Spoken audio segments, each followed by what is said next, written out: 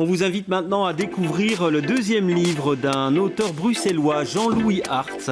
Son premier opus avait connu un joli succès de librairie et il nous revient avec une nouvelle enquête policière, une plongée dans d'obscurs secrets de famille.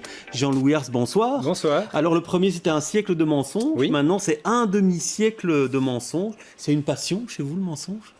Pas du tout, pas du tout. Mais c'est vrai que pour écrire un roman, rien de tel que le mensonge, ça crée la curiosité du lecteur. Et ce que vous aimez surtout, et c'était déjà le cas dans le premier roman, c'est plonger dans les secrets de famille. Qu'est-ce qui vous intéresse tellement dans ce thème-là ? C'est vrai qu'avec la famille, on peut jouer sur la généalogie, sur les secrets, sur les histoires, et il n'y a rien de tel pour écrire un thriller. Alors c'est une enquête policière. Oui. Et je ne sais pas vraiment ce qu'on peut en dévoiler sans déflorer.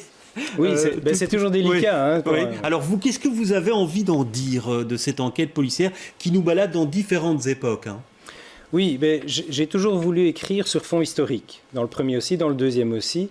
Il y a vraiment des événements historiques dont je voulais absolument parler, comme le bunker d'Hitler dans la région de Couvain, les maternités nazies en région liégeoise. Je voulais parler aussi de l'Expo 58. Donc j'essaie de faire voyager mes personnages dans des événements historiques belges. Et c'est vrai que j'ai introduit l'aspect thriller. Oui. Mais essayez de nous donner la trame, parce que moi je ne vais pas le faire, parce que j'irai sans doute trop loin, la trame de cette enquête policière. En fait, c'est l'histoire de trois destins de femmes. Une femme qui a vécu durant la guerre à Couvain, une autre femme qui a vécu dans les années 50 à Bruxelles, et puis Marie-Lou, qui était l'héroïne du premier roman, qui vit aujourd'hui. Et puis, il y a des événements qui vont faire basculer le destin de ces trois femmes et qui vont se réunir à la fin du livre. Ouais. Et c'est effectivement une belle mécanique. Ce sont des chapitres assez courts à chaque fois, avec chaque fois des rebondissements. Dans la mécanique de l'écriture, comment est-ce que vous travaillez ? Toute la trame est écrite, on imagine. Presque. Parfois, ça change. Voilà, je me laisse aussi le temps d'improviser. Mais c'est vrai que des chapitres très courts, pour forcer le lecteur à continuer la lecture. Et une écriture assez simple, vous vous embarrassez pas de formules de style, vous écrivez de manière assez vive aussi, assez dynamique. Oui, parce que c'est vrai que les gens aiment bien que l'histoire avance. Voilà, les gens aiment avant tout une histoire, une belle histoire. Et je crois qu'ici, ils en ont pour leur argent. Mais ce qu'il y a en tout cas, c'est ce que vous avez, c'est la qualité du rebondissement, parce qu'il y en a constamment en fait dans le livre. On a l'impression que vous vous amusez face à ces rebondissements. Oui.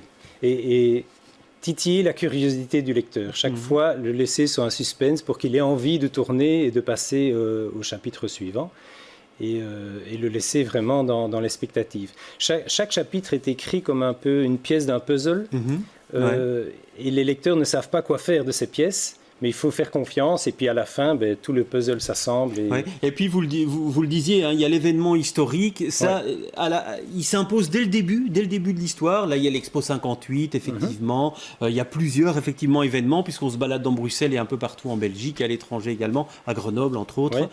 Et donc ces événements historiques, ils sont essentiels pour vous dans l'histoire ? Oui, ils ont toujours été essentiels parce que je suis historien de formation. Et j'ai toujours aimé plonger les personnages dans des événements réels. Et donc, ça leur donne beaucoup plus de coffre et de crédibilité. Et donc ces événements-là, ils ont existé, vous vous documentez et vous vous dites, tiens, comment je pourrais faire pour insérer mon héros dans l'Expo 58 ?